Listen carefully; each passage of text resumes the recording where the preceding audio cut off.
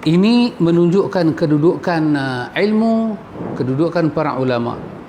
Bagaimana kedudukan mereka yang mulia di sisi Allah Jalla wa Ala. Kerana itu ikhwan, ilmu dimuliakan, para ulama dimuliakan. Ilmu dimuliakan, para ulama dimuliakan. Pasal itu kita start dengan bab. Bab apa? Bab belajar. Bab kelebihan ilmu, bab kelebihan belajar. Kemudian datang bab apa? Bab beramal dengan ilmu. Kemudian datang bab yang dah kita ada ilmu itu, datang pula bab kelebihan apa? Kelebihan mengajar. Maka dikatakan kun aliman au muta'alliman au mustami'an. Jadilah kita orang yang mengajar, atau orang yang belajar, ataupun orang yang mendengar. Orang yang kita kata bersekutu dengan orang yang belajar atau orang yang mengajar. Jangan jadi orang yang keempat. Wala takunu rabi'. Jangan jadi yang keempat. Yang pertama belajar, mengajar. Kedua belajar. Ketiga mendengar. Yang keempat apa? Dengar tak, belajar tak, mengajar tak. Kerja dia buat masalah. Kalau jadi yang keempat, fatahlik, kamu akan binasa. Kenapa ya ikhwan? Kerana dia tidak mendapat kemuliaan ilmu, dia tak mendapat barakatul ilmu, barakatul ulama, dia tidak mendapat barakatul ta'lim, tempat dia duduk itu diberkati. Seperti mana kita belajar dalam hadis, macam mana malaikat datang tempat orang belajar. Di tempat orang belajar ada guru mengajar, ada penuntut yang belajar, dan ada malaikat menunjukkan kemuliaan dia kepada orang yang sedang mengajar dan belajar. Itu semua dikatakan hal yang berkaitan dengan ilmu, dan itulah yang masuk dalam ayat yarfa'illah, Allah sedang mengangkat derajat. Tentulah angkat derajat ni benda gaib, benda kita tak nampak dengan mata, tak nampak sangat dengan mata, tetapi di sisi Allah ditulis martabat orang yang beriman dengan ilmu, beriman tanpa ilmu. Kita ambil dua orang ini, dua-dua beriman. Dua-dua beriman. Kita tak ambil yang tak beriman. Dua-dua beriman. Tapi cuma dia ni, A ni beriman kurang ilmu. B ni beriman mantap ilmu. Apakah kedudukan dia dengan kita di sisi Allah itu ada perbezaan? Ya ada. Ibnu Abbas kata beza dia 700 derajat. Antara kita dengan dia satu derajat ke satu derajat tu 500 tahun perjalanan. Mak kita nak sampai kepada martabat orang berilmu tu 500 tahun perjalanan ikhwan. Umur kita banyak mana? Jarak dia jauh mana? Jadi seolah-olah tak dapat dijangkau dengan perjalanan ni, dengan rehlah hidup, tetapi dapat dijangkau dengan ilmu. Bila kita memiliki ilmu seperti mana orang alim tu, maka kita boleh sama derajat dengan dia. Kemungkinan kalau kita asah ilmu kita, kita asuh ilmu kita, kita hayati ilmu kita, kita boleh lebih daripada dia. Maka Allah memberi kelebihan itu tak sama di sisi hamba dia.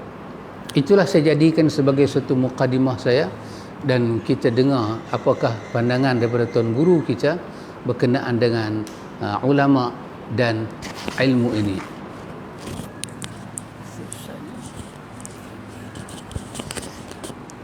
Alhamdulillah wassalatu wassalamu ala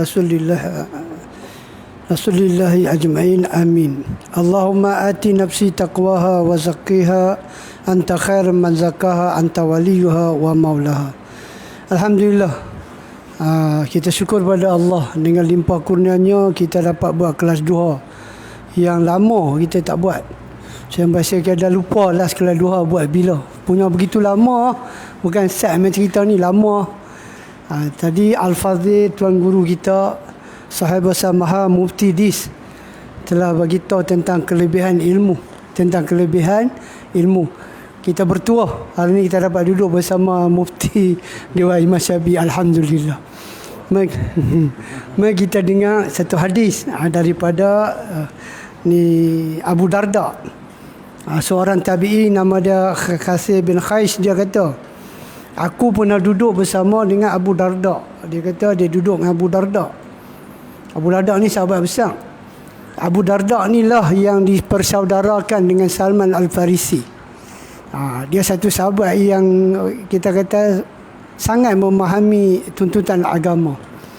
Kita cerita sikit tentang riwayat bagaimana dia pergi rumah Salman Al-Farisi radhiyallahu anhu. Dia jumpa isteri Salman. Isteri Salman ni tak terurus. Dia tanya, kenapa jadi macam ni? Kenapa nampak tak terurus? Ni yang kata orang ada ilmu ni. Sebab tu kena belajar. Maka kata isteri Salman, ni saudara hang ni. Mana dia Nabi bersaudarakan dia bawa. Dia kata dia ni laisa min hajat di dunia. Dia tak ada hajat dengan dunia ni. Salman ni kata isteri ni dunia.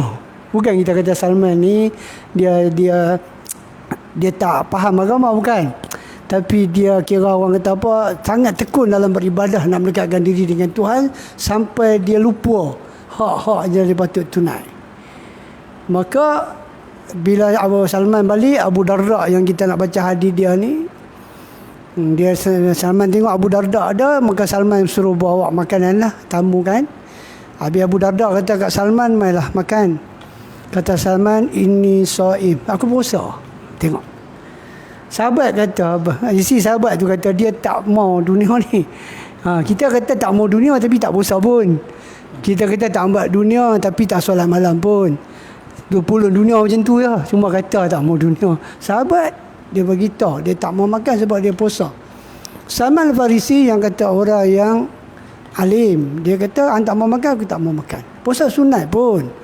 Nabi kata kalau tamu ajak boleh buka, boleh makan. Dia pun terpaksa makan. Bila malam dia nak bangkit semayang. Kata Abu Darda, tidur. 6. Tuan-tuan, dia nak semayang. Abu Darda kata apa? Tidur. Mai tengah malam dia bangkit lagi, dia nak solat. Kata Abu Darda, 6. Tidur. Tak salah saya, hadis tu hadis Salman yang nasihat Abu Darda. Saya terbalik. Bukan. Hadis tu sebenarnya Salman yang halaman rumah Abu Darda. Abu Darda ni yang zuhud. Salman kata kat dia, tidur.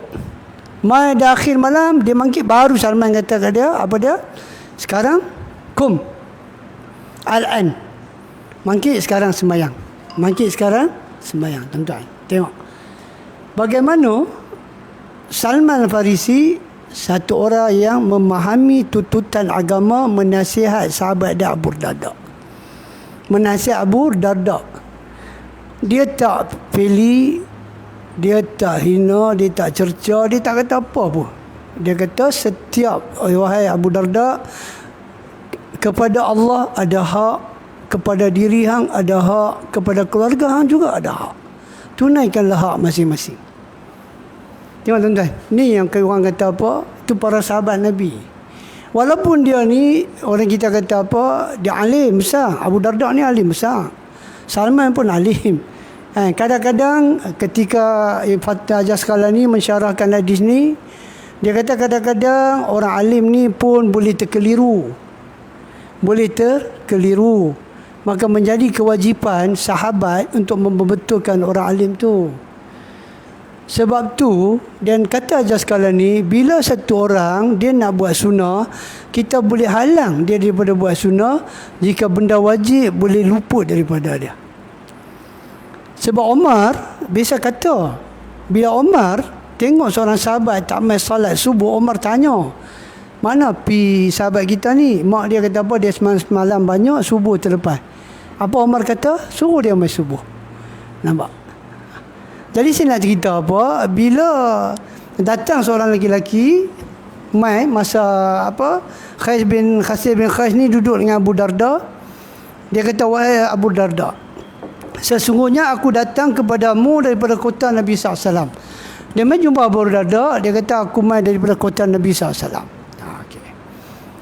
Kerana sebuah hadis yang sampai kepadaku bahawa engkau meriwayatkan daripada Nabi SAW. Tuan-tuan, dia duduk ada di Damaskus. Damaskus ni mana? Damsyik tu. Dia boleh mai daripada kota Nabi, dia kata, untuk mai dengar hadis. Dia kata Abu Darda dah baca hadis. Tuan-tuan, dulu kita bukan suka pergi Damsyik. Kita kata masjid tepi rumah ada majlis ilmu, tak boleh mai. Nak jadi gemilang, terbilang, cemerlang. Ni daripada kota Mekah mai Damsyik kerana dengar satu hadis riwayat. Cek.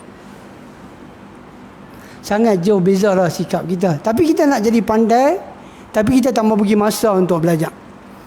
Kita nak jadi pandai dalam agama, tapi kita tak belajar. Kita tidur, kita mimpi, kita pandai. Lani orang semua mau mudah, mau cepat. Saya nak tidur, saya mangkit, saya pandai agama. Saya pandai agama. Orang nak macam tu, orang tak mau belajar. Belajar amat lambat. Kena bagi masa, kena bagi keluar duit, tenaga, amat lambat. Boleh tak? Kalau saya mimpi, saya pandai. Boleh, insyaAllah.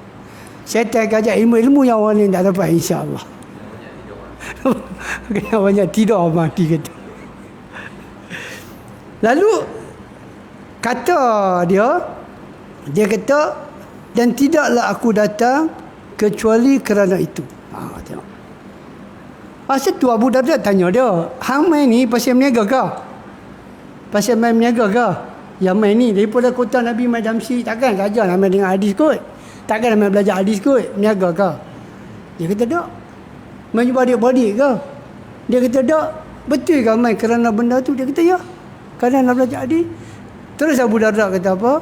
Abu Darda kata, aku dengar Nabi SAW kata, siapa yang meniti jalan untuk menuntut ilmu, baru dia baca hadis tentang kelebihan orang yang berilmu.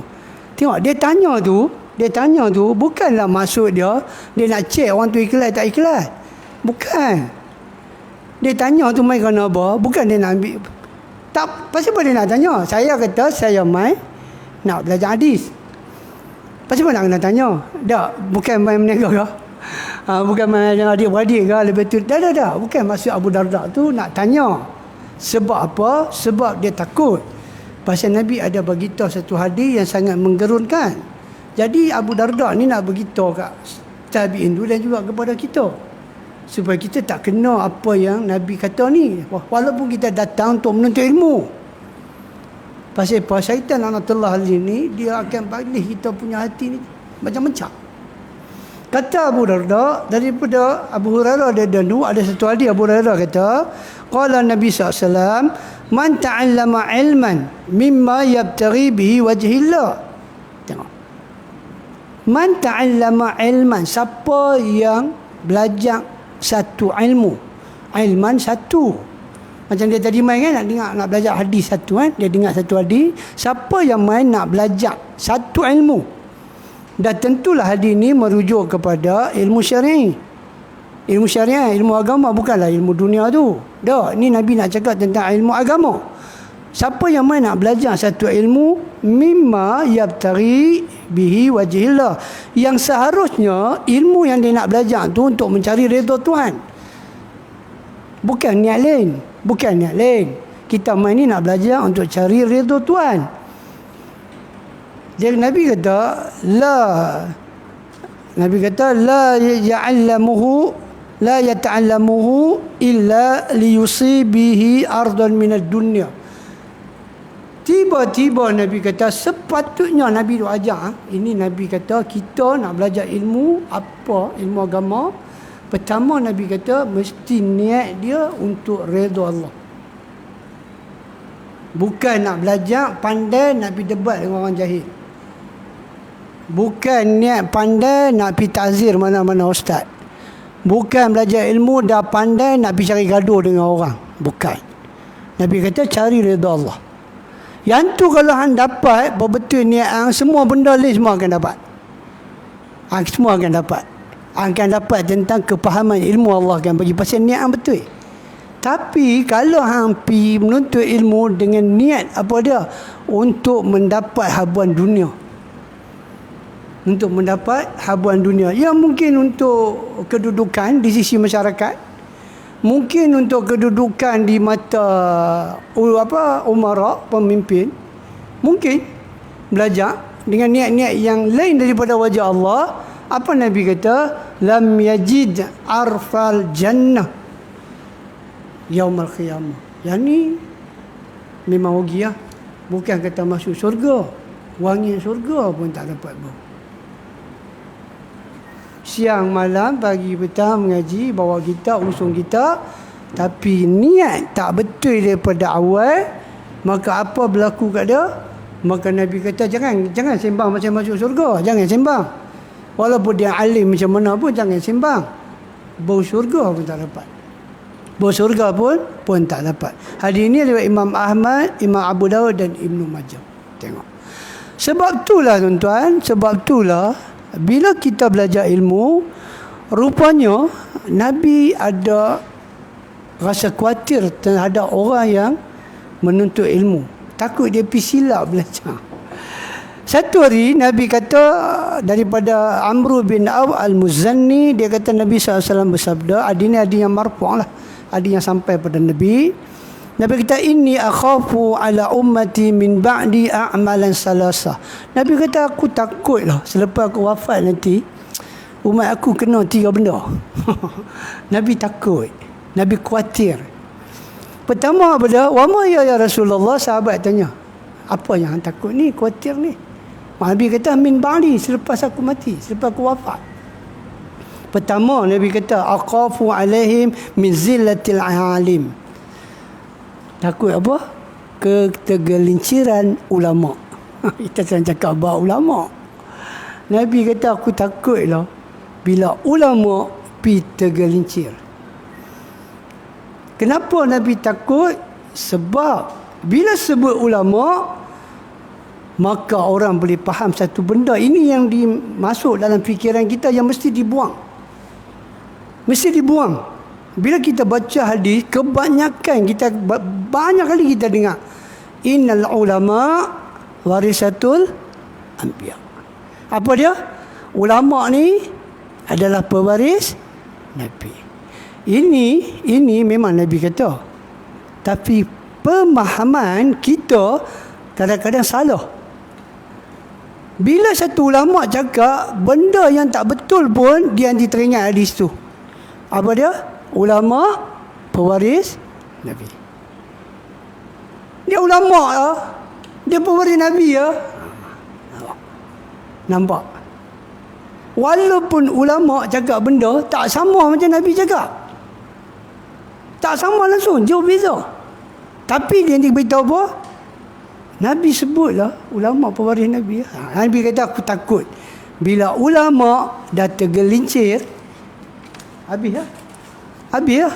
Kalau orang awam, ustaz tergelincir, lain. Tapi kalau ulama yang ada title, mungkin doktor, ulama, macam-macam title, baba, BA, baba, mama, master, baba, mama. Cuma nyonya tak ada. Kalau ada nyonya semua ada kat dia. Baba ada, mama ada, semua ada. BA, MA, semua ada. Semua ada, nyonya tak ada. Kalau ada nyonya pun ada kat dia. Bila orang macam ni cakap walaupun salah, apa masyarakat akan kata? Dia doktor, dia betul, dia tak boleh salah. Nabi kata dia pewaris ulama. Nabi takut. Yang kedua, min hukmi Jabir. Nabi kata apa? Min hukmi Jair. Apa dia? Yang kedua Nabi kata aku khawatir hukum yang sewenang-wenangnya. Bukanlah hukum kira tak rujuk pun fatwa-fatwa, tak rujuk pun pada ahli dia. Bukanlah hukum macam tu lah. Hukum dia macam ni, salah. Hukum dia macam ni. Dia khawatir. Nabi takut.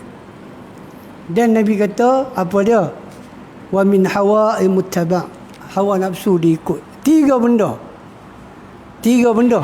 Satu, ulama yang tergelincir, mengeluar hukum dengan sewenang-wenangnya, dan juga mengikut hawa nafsu ketika mengeluar hukum.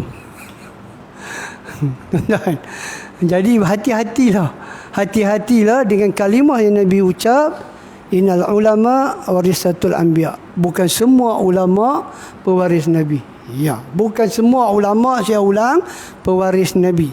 Kalau kita pakai ayat itu pada semua ulama, maka masalahlah kita. Jadi insya-Allah, saya ingat panjang dia saya cakap, lebih panjang daripada mufti. Jadi saya minta maaf pada mufti sebab saya pergi tergelinciran percakapan. Tak sedang kata mufti ada sebelah. Jadi saya serah balik kepada mufti itu.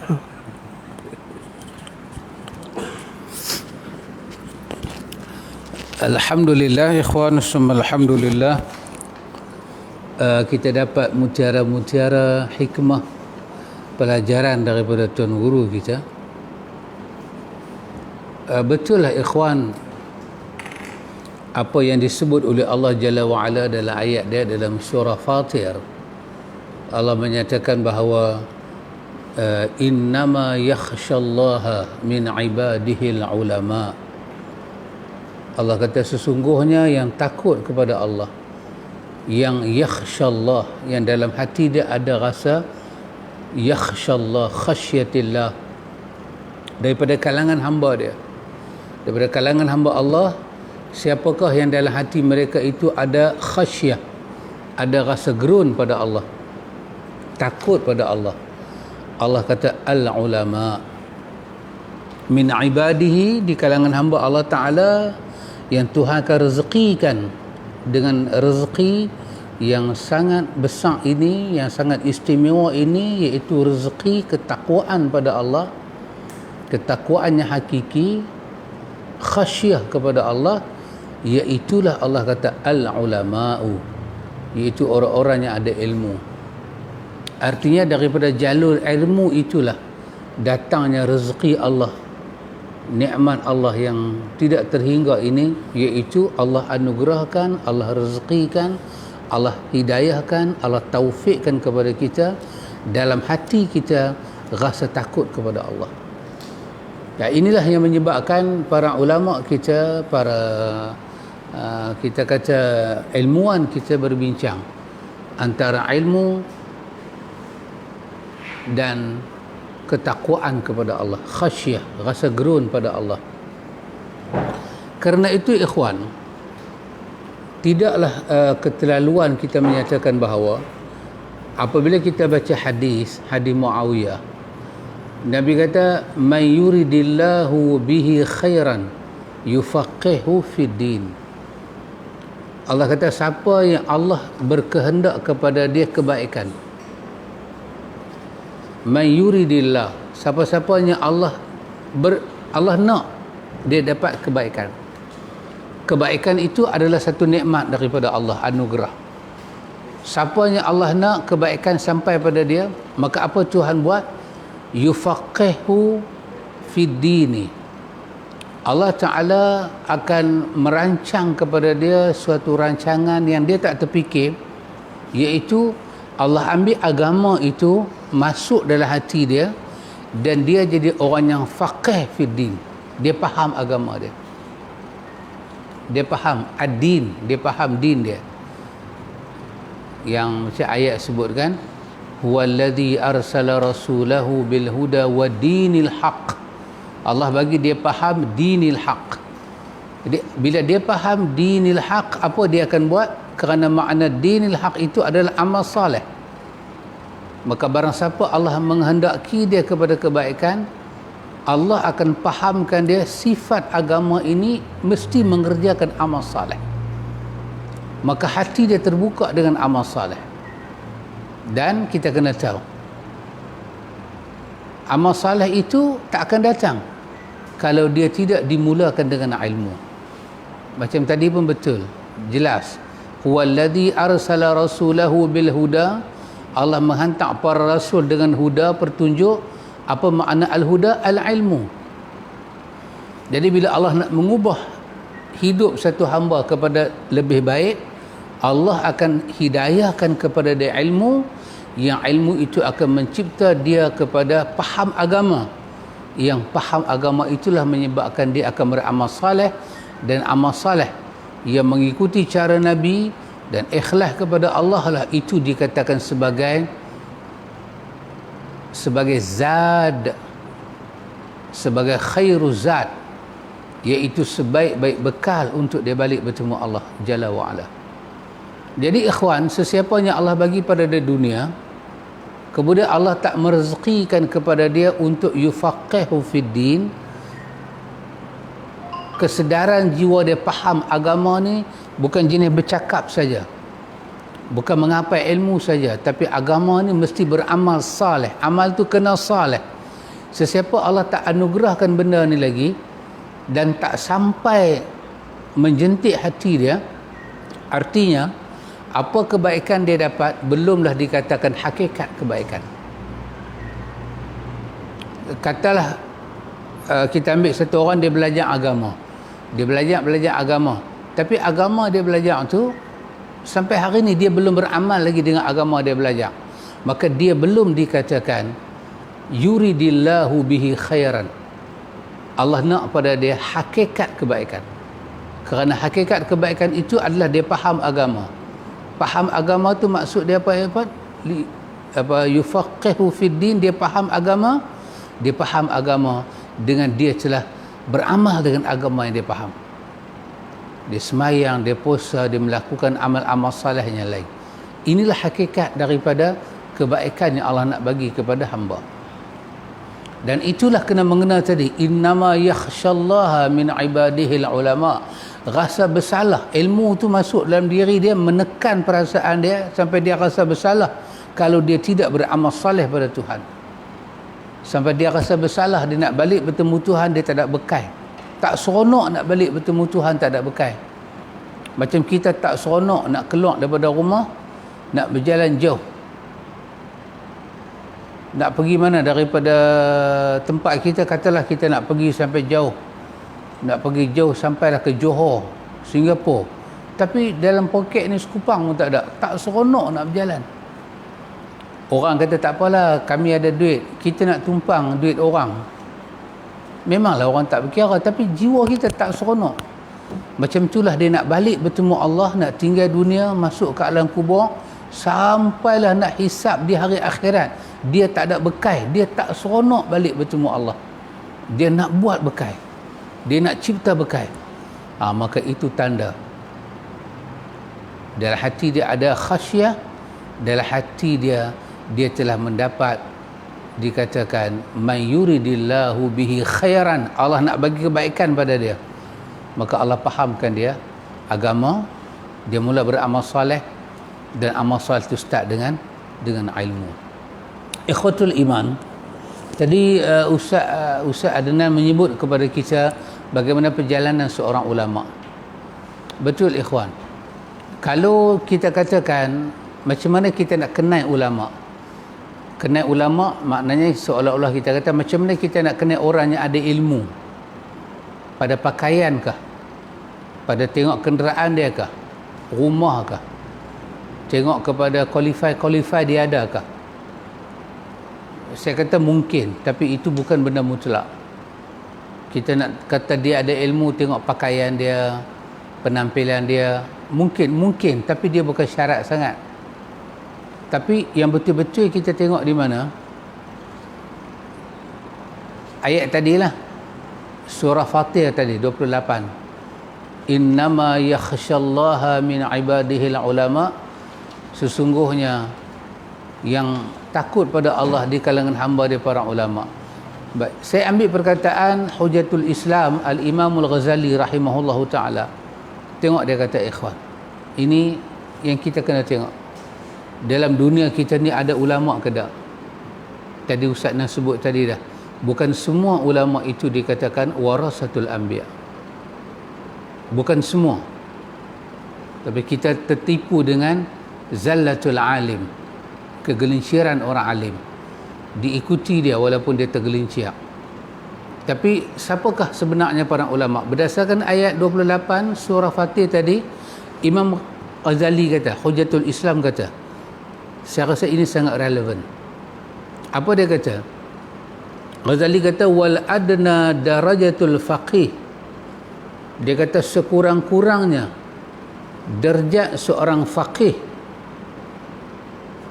Dalam hadis tadi berkatakan may yuridillahu bihi khairan yufaqihu. Allah faqihkan dia. Darjat seorang faqih, seorang yang faham agama. Dikatakan dia ada agama, dia belajar agama. Diberilah pengiktirafan dia. Orang ini orang yang faqih. Faqih bermakna yufaqihu fid din. Allah fahamkan dia agama. Dalam hati dia telah masuk innama yakhshallah min ibadihil ulama. Sekurang-kurang darjat seorang faqih. Ghazali kata apa dia? Ayya'lama, diri dia, minda dia, ini dia, molekul-molekul dalam kepala ni, hati dia, emosi dia tahu satu benda. Tahu apa? Annal akhirah khairum minad dunya. Sesungguhnya akhirat lebih baik daripada dunia. Itulah isi kepada ilmu yang ada dalam dada para ulama. Di samping dia boleh hafal kitab ni siapa karang, muka surat berapa, hadis ni duduk pada muka surat berapa, pada bab apa. Di samping para ulama ni dia boleh quote lah hujah-hujah yang ada. Tapi benda paling besar yang ada dalam benak para ulama, hati para ulama adalah sesungguhnya dia mengetahui wa ya'lamu annal akhirah khairan minad dunya. Benda paling besar duduk dalam wilayah hati dia. Sesungguhnya dia sangat mengetahui dunia akhirat itu lebih baik daripada dunia. Apa jadi kata Imam Ghazali? Imam Ghazali kata wa hazihil ma'rifah idza sadaqat wa ghalabat alaihi bari'un biha minan nifaqi wa riya. Ini penyakit akan merosakkan ulama itu. Orang belajar ilmu akan rosak dengan penyakit ni, ulama rosak dengan penyakit ni. Kalaulah dalam hati dia itu ada annal akhirah khairan minad dunya, yang dia maklum tadi apa dia maklum wal maklum, dia telah mendapat maklumat yang betul daripada ilmu agama dia belajar. Apa dia? Annal akhiratu khairun wa abqa. Akhirat lebih kekal, lebih baik dan lebih kekal. Itu telah dia simpan begitu kuat dalam hati dia. Dan kalau ini pengetahuan dia simpan dengan benar dalam hati dia, dan dia telah menangkan wa ghalabat alaihi, dia telah menangkan pemikiran ni daripada segala benda yang banyak yang dia fikir tu. Imam Ghazali kata Tuhan akan lepaskan dia daripada dua penyakit besar, iaitu penyakit nifaq dan penyakit riya. Dalam diri ulama ada perkataan wal akhiratu khairun wa abqa. Ini akan tolak nifaq, kepura-puraan ulama dengan Tuhan. Dia duduk dalam dunia, dia tak terkena nifaq. Yalah ikhwan, tentu dah sifat nifaq. Tak payahlah kita nak bincang panjang. Kita kata munafik.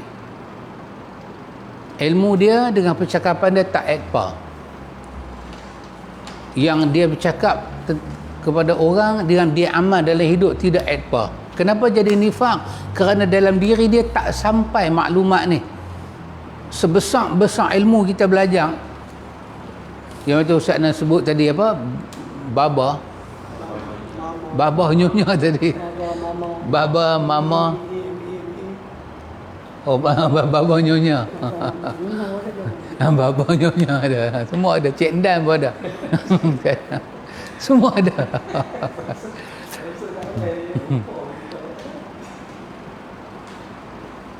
Semua ni ada. Ketinggian ilmu dia besar. Betul ikhwan. Betul, memang kita belajar universiti, kita kena ada BA, kita ada master, ada PhD. Itu pengesahan dunia, pengesahan jamiah, kata kita telah pun melalui proses ilmu. Itu sangat betul. Tetapi itu bukanlah kemuncak untuk menyatakan ilmu tu masuk dalam hati. Dah, ilmu masuk dalam hati ni ikhwan, apabila kita tarbiyah, seorang guru tarbiyah murid dia. Tarbiyah, didik sampai lekat dalam hati murid dia, menyatakan wal akhiratu khairu wa abqa. Ada saja keyakinan ni, nifaq tak lekat dalam hati dia. Ada saja keyakinan macam ni, mantap, riak tak kena. Antum bayang kalau seorang ulama, seorang alim, seorang ada ilmu, dia terkena penyakit riak, show off. Apa pun dia buat, dia nak tunjuk ke orang. Seorang ulama mungkin dia boleh kata, dah saya buat ni untuk dakwah. Dia bolehlah berdalih macam mana pun. Tapi di sisi Allah, Allah tahu itu untuk dakwah ke riak ke. Kerana macam kita kata orang bersilat lah, makin banyak ilmu silat dia belajar, dia makin pandai tempih. Makin banyak ilmu agama dia belajar, dia boleh tempih hujah orang. Orang kata ni riak, tak, dia boleh tempih ini bukan riak. Tetapi dengan Tuhan dia nak tempih apa? Maka kemuncak orang belajar ilmu supaya tertanam dalam hati dia apa dia ikhwan, wal akhiratu khairun wa abqa, bahawa akhirat itu lebih baik dan lebih kekal. Antum bayang seorang ulama akan hidup dengan benda ni. Dakwah dia ini, bila dia buat kuliah-kuliah, inilah yang dia asuh anak-anak murid dia. Dalam rumah tangga dia, inilah yang dia perkenal pada anak isteri dia, pada jiran dia, keluarga dia. Di mana dia pergi pun, antum akan nampak wajah dia, tingkah laku dia, pertuturan dia, ilmu dia. Kalau dia bercampur dengan umara sekalipun, dengan pemimpin sekalipun, inilah yang dia sampaikan kepada pemimpin. Apa dia? Wal akhiratu khairun wa abqa. Artinya ikhwan, nak sampai ke sini macam mana tak tahu. Karena itu ada pepatah menyatakan ikhwan, apa pepatah ni kata? Dia kata sinfani minan nasi. Dia kata ada dua golongan daripada manusia ni. Iza saluhu saluhan nas. Kalau dua golongan ini baik, maka baiklah manusia. Wa iza fasadu fasadan nas. Kalau dua golongan ini rosak, maka rosak seluruh manusia. Siapa mereka? Al-umara wal ulama, iaitu pemerintah dan ulama. Kalau rosak dua ni ikhwan, sinfani minan nas, dua ini rosak semua. Pemimpin akan merosakkan rakyat dan negara dengan kuasa dia. Ulama akan merosakkan umat dengan ilmu dia. Bila dua kerosakan dia berhimpun, apa akan jadi? Pemimpin boleh menyembunyikan fakta yang sebenar-benarnya, boleh menyembunyikan segala rekod yang sebenarnya, menyampaikan fakta yang salah. Tak darurat pun dia boleh kata darurat, dia boleh sembunyi. Kemudian direstui oleh para ulama. Kalau dua ini rosak, ulama kerja mengiyakan, pemimpin buat kerja dia. Sinfani minan nas, dua golongan daripada manusia ini. Idza saluhu, kalau dua ni baik, baik mereka. Saluhan nas, baik manusia. Wa idza fasadu, kalau mereka ni rosak, fasadan nas, akan rosak manusia. Siapa mereka? Al-umara wal ulama. Kerana itu dalam hati para ulama mesti ada wal akhiratu khairun wa abqa. InsyaAllah ikhwan, kita dengar kupasan daripada Tuan Guru kita Al-Fadhil Ustaz Adnan bin Sa'ad. Silakan. Alhamdulillah, kita telah mendengar bagaimana ciri-ciri untuk kita mengenal para ulama yang sebenar, yang kita kata warisatul anbiya. Ya, betul. Kemudian tadi Al-Fadhil beritahu tentang dua golongan manusia yang kalau rosak, maka rosaklah negara. Apa dia? Umara dan juga ulama. Sebab tu bila berkaitan dengan umara, Abdullah bin Mas'ud ada cakap sikit. Kata Abdullah bin Mas'ud, sesungguhnya seorang laki-laki jika dia masuk menemui penguasa, dia masih membawa agamanya. Hanya Abdullah bin Mas'ud kata. Dia tak sebutlah ulama. Dia tak sebutlah ulama. Dia sebut seorang laki-laki. Bila masuk jumpa pemerintah, dia masih membawa agama. Dia masuk tu dia bawa agama. Mana dia, macam Al-Fadhil Ustaz kata, dia kena sentiasa ingatkan kepada pemerintah supaya lebih fikir tentang akhirat lebih baik daripada dunia. Itu kerja dia. Ada time lah jumpa pemerintah cakap benda tu. Ittaqillah. Ittaqillah. Pesan pada takwa. Tapi kata Abdullah bin Mas'ud, bila dia keluar, dia tak lagi membawa agamanya. Masuk bawa agama, keluar tak bawa lah agama dia. Agama dia tinggal lah. Masuk bawa agama, keluar tinggal agama. Maka orang tanya kat Abdullah bin Mas'ud, bagaimana macam tu? Macam mana boleh jadi lagu tu? Kata Abdullah bin Mas'ud, dia menyenangkan penguasa dengan membuat Allah marah. Dia bagi pemerintah suka. Walaupun pemerintah tu buat benda yang tak sama dengan apa Allah Ta'ala nak. Tapi kerana dia pemerintah, maka kata Abdullah bin Mas'ud, dia menyenangkan pemerintah. Dia tak tegur langsung. Dia ada ruang untuk jumpa dengan pemerintah. Macam kita susah nak jumpa. Ada orang yang dia diberi ruang oleh Allah Ta'ala untuk disampaikan dakwah kepada pemerintah. Tapi sayang, dia tak guna peluang tu untuk menasihati pemerintah. Untuk bagi tahu ke pemerintah tentang apa? Tentang apa itu sunnah. Tentang apa itu tauhid. Tentang apa itu kehidupan akhirat. Tak. Sebab tu Abdullah bin Mas'ud kata, dia masuk buat agama, keluar, agama amat tak ada lah. Kenapa tak ada? Pasal dia pergi tinggal agama. Dia tak bagi tahu apa. Bahaya tuan-tuan. Sebab itulah umara boleh lingkup, boleh tak faham agama sebab ada orang-orang yang macam ni. Kemudian macam mana kita nak kenal lagi ulama yang kata betul-betul? Maka Ibn Qayyim ada sebut ketika dia menafsirkan ayat Quran surah Al-A'raf ayat 175. Ya. Ibn Qayyim sebut, yang pertama dia kata kalau betul-betul dia ulama warasatul anbiya, dia akan menjaga amalan dia sebagaimana tutur kata dia. Dia bukanlah seorang alim yang memperangai buruk di mana dia melakukan sesuatu yang berbeza dengan ilmu dah. Macam tadi ustaz kata, dia cakap lain, dia buat lain. Dia cakap lain, dia buat lain. Itu satu. Dua, ayat tu begitu Allah Ta'ala sebut dalam Al-A'raf tu, tengok Allah Ta'ala kata apa. Dan bacakanlah kepada mereka Muhammad berita orang-orang yang telah kami berikan kepadanya ayat-ayat kami. Allah Ta'ala ajak dia pengetahuan tentang Al-Quran dan Sunnah. Kami ajak dia. Kami ajak dia. Kemudian dia melepaskan diri daripada ayat-ayat itu. Allah Ta'ala bagi dia faham ayat Quran, Sunnah. Tapi akhirnya dia melepaskan diri daripada ayat-ayat itu. Apa jadi kat dia? Dia diikuti oleh syaitan sampai dia tersesat, tergoda, maka jadilah dia termasuk orang-orang yang sesat. Tengok. Dia meninggalkan ayat Quran, dia meninggalkan sunnah yang Allah bagi kat dia. Ilmu tu bukan semua orang dapat. Allah anugerah. Macam tadi Ustaz Alim kata apa, Al-Fadhil kata apa? Dia direzekikan untuk mendapat ketakwaan. Allah rezekikan. Ni Allah Ta'ala kata kami bagi ke dia pengetahuan tentang Alkitab.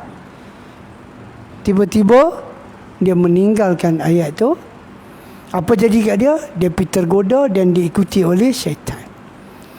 Kata Ibn Qayyim ketika dia menafsirkan tentang takwil ayat ini, dia kata bahawasanya orang tersebut tersesat setelah mengetahui.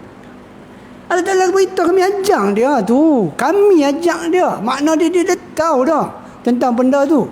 Dia sesat dalam keadaan apa? Dia mengetahui. Tengok dahsyat dia. Dahsyat bukan dia tak tahu. Tadi kita kata tadi kan, Abdullah bin Mas'ud kata masuk bawa agama, keluar tinggal agama. Sebab apa? Sebab pemerintah, penguasa. Ada banyak sebab yang menyebabkan dia jadi macam ni. Dia tergoda oleh dunia. Apa jadi Ibn Qayyim kata? Dia sesat dalam keadaan dia mengetahui. Dia memilih kekufuran daripada keimanan dengan sengaja. Dia memilih untuk meninggalkan ayat Quran tu, sunnah Nabi tu dengan sengaja. Pasal Allah dah ajak dia dah. Bukan dia tak tahu, dengan sengaja. Oh, dahsyat. Tengok Allah Ta'ala kata. Kedua, orang itu memisahkan dirinya daripada keimanan dengan perpisahan selamanya. Dan dia tak kembali balik kepada benda itu. Sebab Quran kata apa? Sebab dia dah tergoda dengan syaitan. Jadi dia termasuk orang-orang yang sesat. Hanyut dia dengan dunia. Hanyut dia dengan kemasyhuran, nama, pangkat, darjat. Hanyut dia. Walaupun dia asalnya satu orang yang betul-betul alim, tahu tentang Quran dan Sunnah. Sayang tuan-tuan, sayang. Wa na'udzubillah min dzalik. Ketiga, dia dikuasai oleh syaitan dan diikuti terus, di mana akhirnya syaitan mengalahkannya dan menjadikan dia sebagai mangsa. Alim kan? Orang alim ni kan, ni kan dah cakap orang awam. Ni orang yang Allah Ta'ala bagi pengetahuan Quran dan Sunnah. Dia tergoda, syaitan ikut Nabi mana, lain sekali syaitan boleh kembali dia kalah, syaitan jadikan dia sebagai mangsa. Allah. Keempat, dia melakukan tindakan tercelanya setelah mendapat petunjuk. Sedangkan sikap tercela dan tersesat di atas pengetahuan serta secara sengaja itu bermakna khusus sebagai rosaknya tujuan dan amal daripada awal. Tujuan dia dan amal dia jadi rosak sebab apa? Awal-awal dah. Awal-awal dah. Kenapa dia tinggal apa yang Allah Ta'ala ajak dia tu? Sebab tujuan dia nak amal dunia macam Nabi kata tadi. Ada orang yang dia cari arasuk minad dunia, ardan minad dunia. Dia nak keuntungan dunia. Ma'nazubillah min zalik. Kalau orang alim lah, kerana ada sikap macam ni, dia boleh meninggalkan Quran dan Sunnah. Dia kerana apa? Kerana sedikit ganjaran dunia. Tahu nak kata apa. Kita tahu dah. Kenapa? Sebab Allah Ta'ala. Yang keenam, yang kelima kata Ibn Qayyum, sebab Allah Ta'ala tidak berkendakkan mengangkatnya dengan ilmu. Sebab itulah sebab kehancurannya. Itu dia. Sebab apa? Sebab Allah tak mau angkat dia dengan ilmu. Sedangkan ayat tadi Ustaz Adin dah baca awal-awal tadi mukadimah. Yarfa'ul allazi minkum. Yarfa'ul allazina amanu minkum. Allah Ta'ala mengangkat orang beriman daripada kamu yang mana? Yang mereka ni berapa darjat. Kenapa? Itu Allah Ta'ala angkat. Itu Allah sebut awal-awal. Ustaz Al-Fadhil kita dah kata Allah mengangkat. Kenapa ulama tu jadi macam ni? Sebab Allah tak mau angkat darjat dia. Sebab Allah nak hancurkan dia, nak hinakan dia. Sebab apa? Sebab dia punya nawai tu dah lari. Bukan biwajihillah dah. Nampak? Dia dah jadi kelabu mata.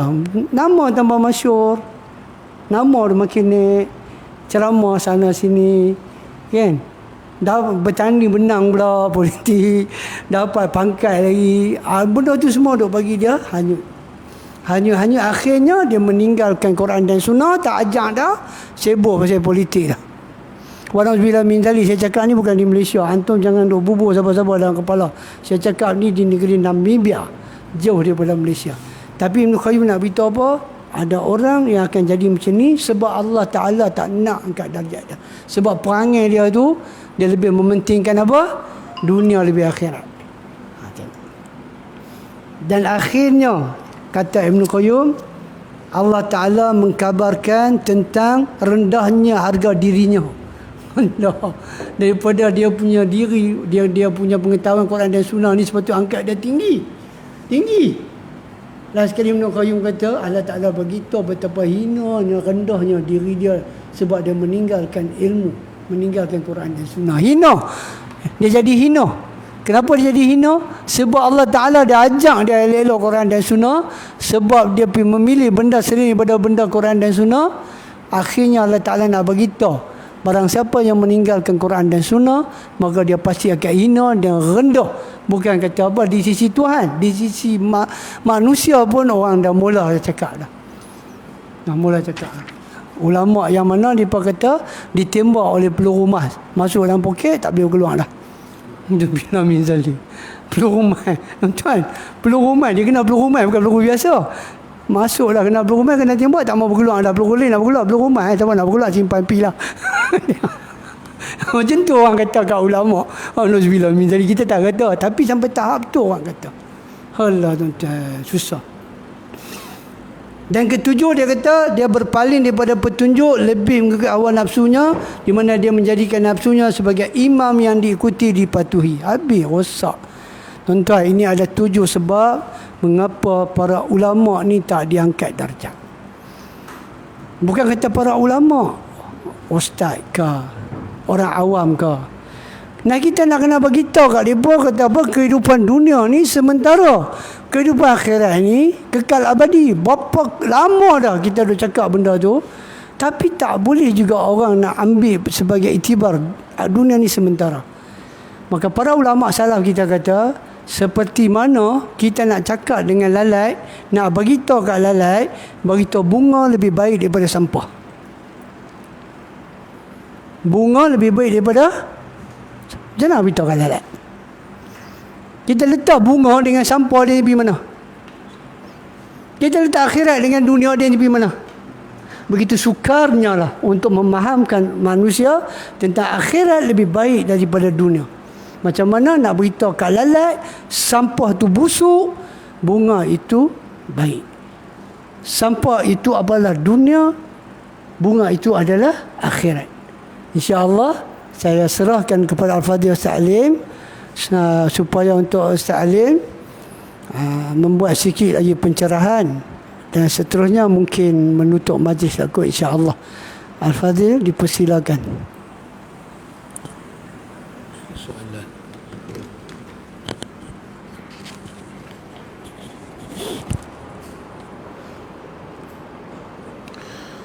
Alhamdulillah, summa alhamdulillah, ikhwatul iman. Apa yang disampaikan oleh Tuan Guru kita Ustaz Adnan Saad itu sangat jelas. Saya ingin menyatakan bahawa ikhwan, bahawa apabila ilmu sampai pada kita dan Allah memberi kepada kita kedudukan, sama ada dunia, kedudukan dalam dunia ataupun kedudukan di mata hati kita, maka seorang ulama itu ada dia punya kerja kena buat. Dia ada tugas yang dia kena buat. Tapi tak mudah kerja dia nak buat tu. Sebab apa ikhwan? Sebab Allah menyatakan dalam ayat dia, Allah katakan wadarul akhiratu khairun lilladzina yattaquna afala ta'qilun. Allah kata, dan negeri akhirat itu lebih baik bagi orang-orang yang bertakwa. Apakah kamu tidak memikirkannya? Yakni statement Tuhan ni kamu tak fikirkan bahawa negeri akhirat itu lebih baik bagi orang-orang yang bertakwa? Apakah kamu tidak memikirkannya? Jadi bagaimana kedudukan seorang ulama ikhwan? Dia sentiasa pergi tak mana pun. Ada tengok perdebatan yang pernah dilalui oleh tokoh-tokoh ulama silam kita. Kita ambil Imam Syafi'i sebagai contoh. Dia juga menghadapi masalah jidal zaman dia, berdebat, berdebit. Tapi kesudahan, sama ada permulaan dia nak debat ataupun kesudahan dia, kita jumpa satu perkataan yang dia disebut. Dia kata, ma jadaltu li ahadin illa tamannaitu an yuzhirallahu al-haqqa ala lisanihi. Dia kata, tidaklah aku berjidal dengan satu orang, melainkan aku harap sangat-sangat, aku bercita-cita sangat-sangat supaya Allah menzahirkan kebenaran di atas lisan dia dan aku boleh ikut kebenaran itu. Kerana dalam hati dia tu tertanam akhirat lebih baik daripada dunia, lebih kekal. Mereka seolah-olah macam tidak mengambil langsung habuan dalam dunia ni, walaupun dalam jidal. Mereka tak harap mereka dipanggil sebagai orang yang menang dan banyak orang ikut mereka. Mereka harap apa dia? Orang yang lawan dengan mereka itu Allah bagi kebenaran dan mereka jadi pengikut kebenaran.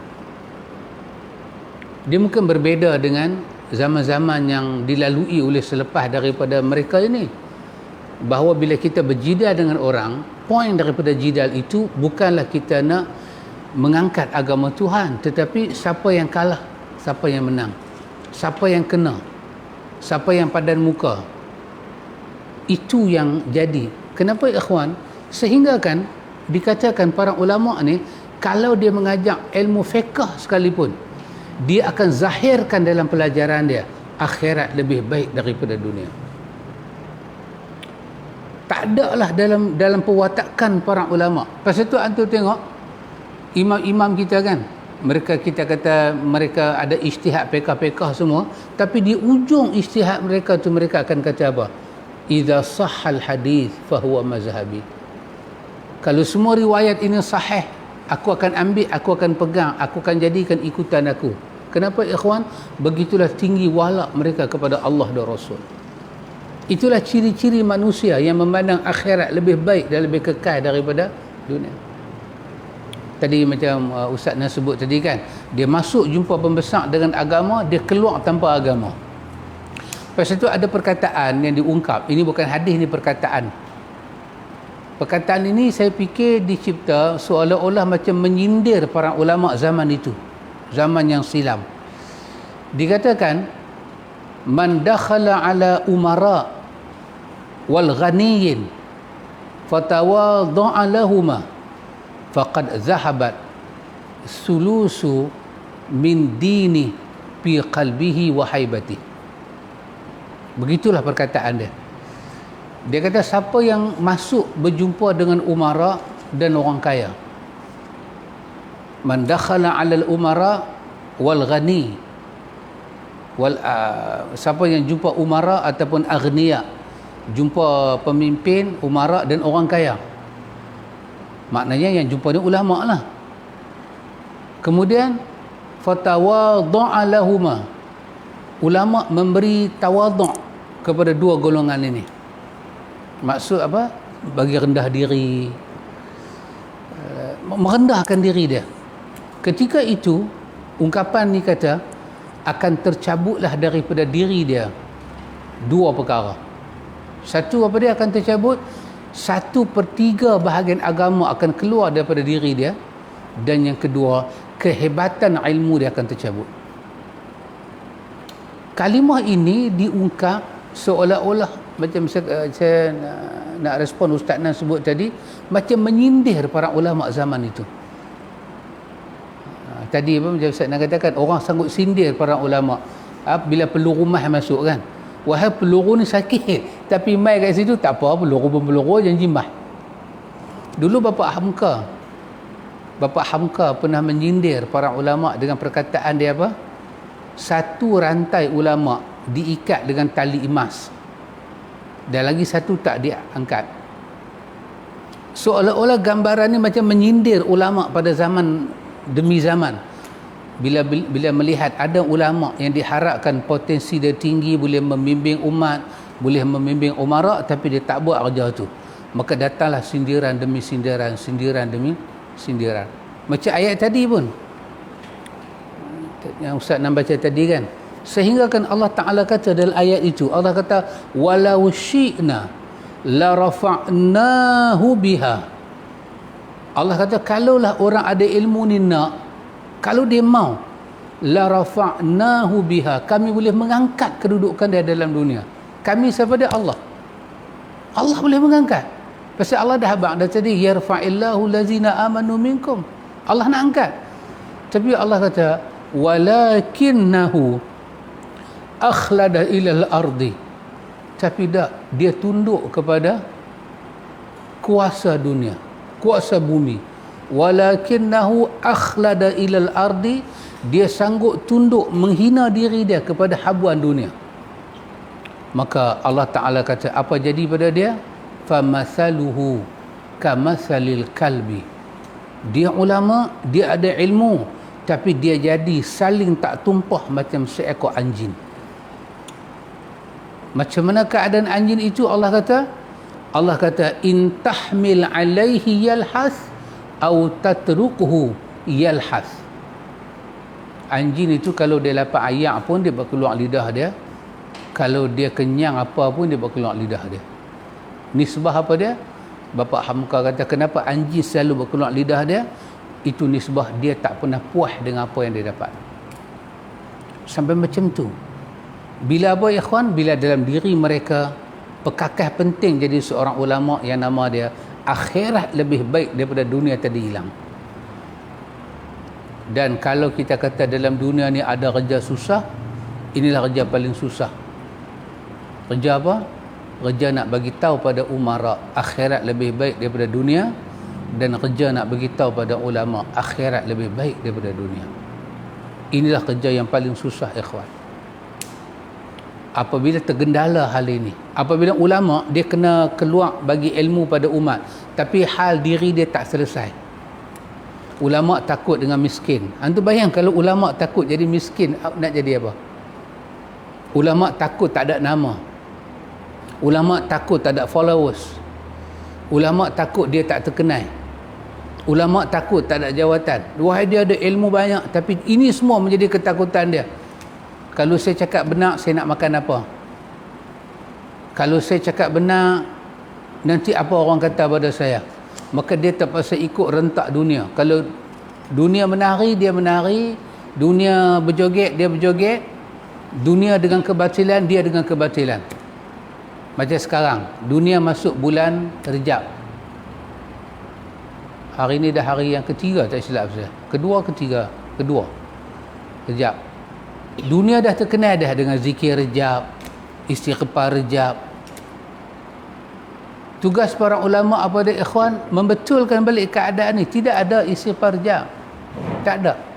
Yang kena buat kerja ni bukan orang macam saya, ulama. Tapi kalau ulama kata tak apalah, zikirlah, maka apa akan terjadi ikhwan? Kesamaran kepada ilmu akan berlaku.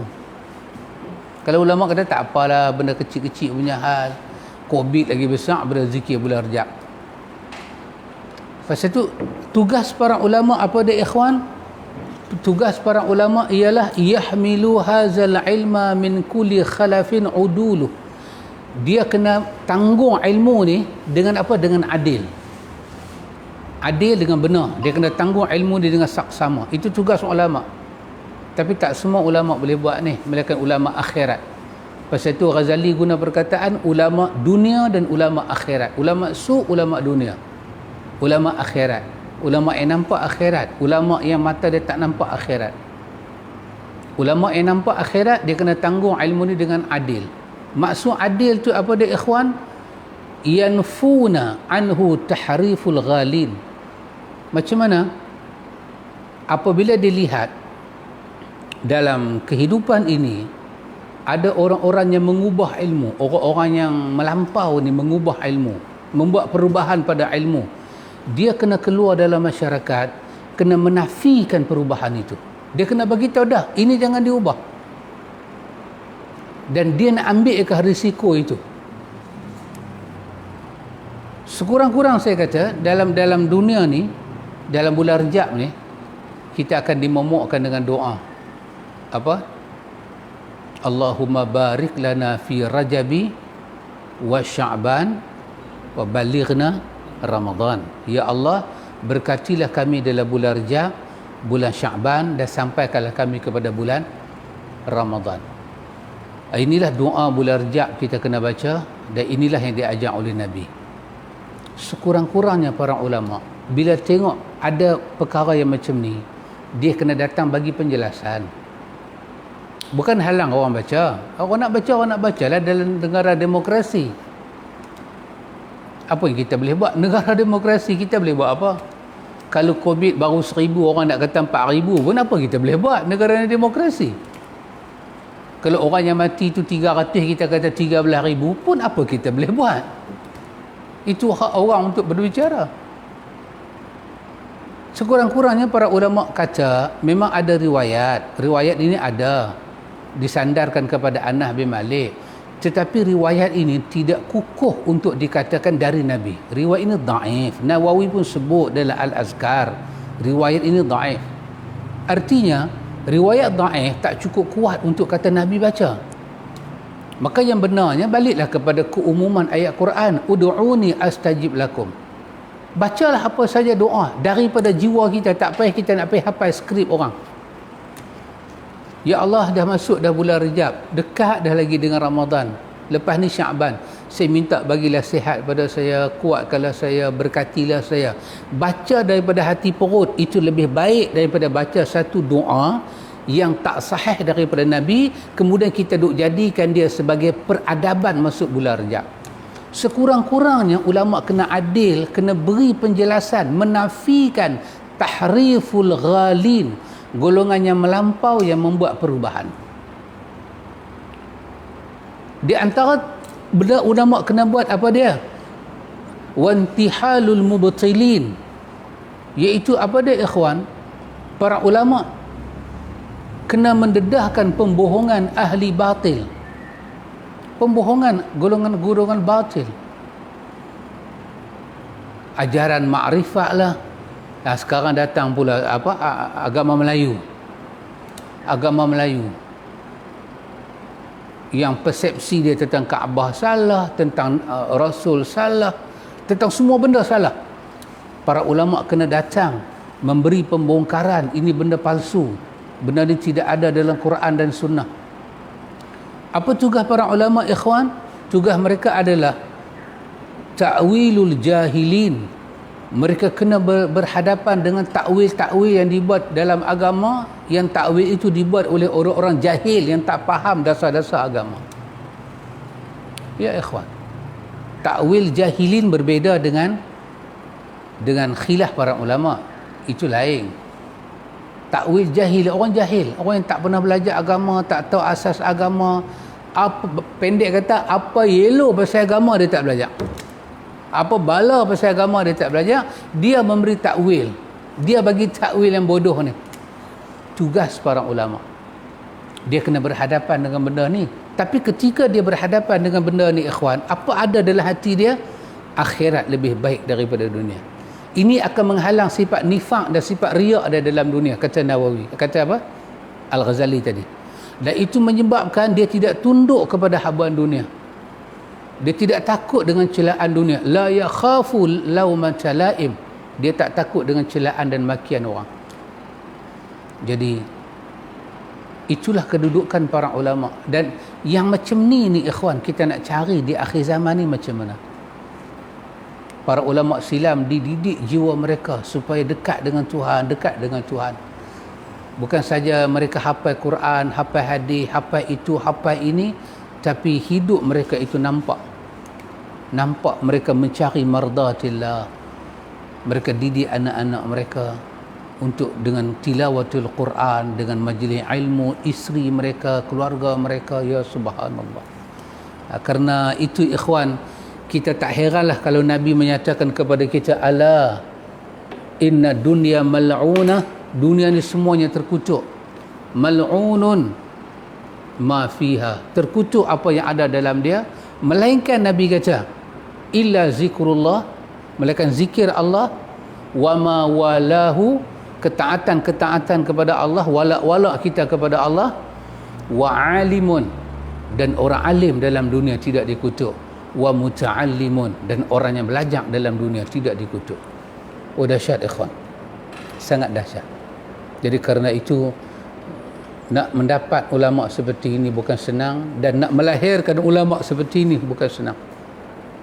Jadi kalau ulama ni saya katakan nisbah zaman hari ni lah, zaman hari ni ada Facebook kan, apa Instagram lagi, TikTok TikTok lagi. Dulu cuma ada Telegram. Ulama Facebook dia beratus ribu orang ikut. Apa dia kena jaga ya kawan? Dia kena jaga supaya followers dia ini masuk dalam hati mereka akhirat lebih baik daripada dunia. Dan antu akan tengok orang yang dalam diri dia akhirat lebih baik daripada dunia, kalau dia komen orang, dia komen macam mana? Dia akan komen untuk kebaikan akhirat dia dan akhirat orang. Dia tak hina orang, dia tak kutuk orang. Dia akan kutuk mungkar, dia akan kutuk syirik, dia akan kutuk bid'ah, dia akan kutuk penyelewengan dalam agama. Tapi orang yang khilaf dengan dia, dia tak akan kutuk. Dan dia bukan nak bersaing memperjatuhkan orang tu. Dia apa pun mardatillah. Ikhwan, semoga ada manfaat yang saya sampaikan ini untuk diri saya dan kita semua. Dan sebagai akhirnya, kita ambil keputusan penggulungan tausiah daripada Tuan Guru kita, Ustaz Adnan bin Sa'ad. Alhamdulillah tuan, saya insya-Allah kita akan tutup dengan satu hadis daripada Imam Bukhari. Kata Ikrimah, satu hari dia dengan Ibn Abbas pergi sembahyang di Masjid Nabi lah, Mekah. Kemudian dia tengok ada satu orang tua duduk sembahyang di depan.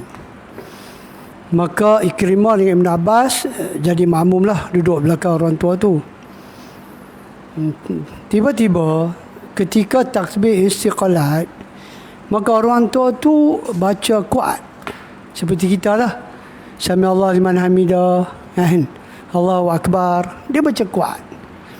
Selepas salam, Ikrimah terus kata kat Ibn Abbas, dia kata ahmak. Dia kata bodohnya orang tua ni. Tua dah, tapi tak tahu lagi sunnah. Baca takbir istiqalat kuat. Sebab di tempat Ikrimah, takbiratul istiqalat baca pelan. Yalah memang ada hadis perbezaan. Nabi biasa baca kuat, Nabi biasa baca pelan. Dia kata ahmak. Dia kata bodoh orang tua tu. Tengok tuan-tuan, ini adalah kerja ulama. Mesti membetulkan kesalahpahaman tentang hadis Nabi. Sepatutnya dia sebagai tabi'in, dia kena relax. Dia jangan hulu pasal sahabat Nabi ada Ibn Abbas. Ini penyakit yang mana dulu ada, sekarang lagi banyak. Kadang-kadang guru tak cakap, anak murid lebih daripada guru. Sedangkan dia pun tak tahu. Dia pun tak tahu dia lebih daripada guru. Ini banyak berlaku zaman kita.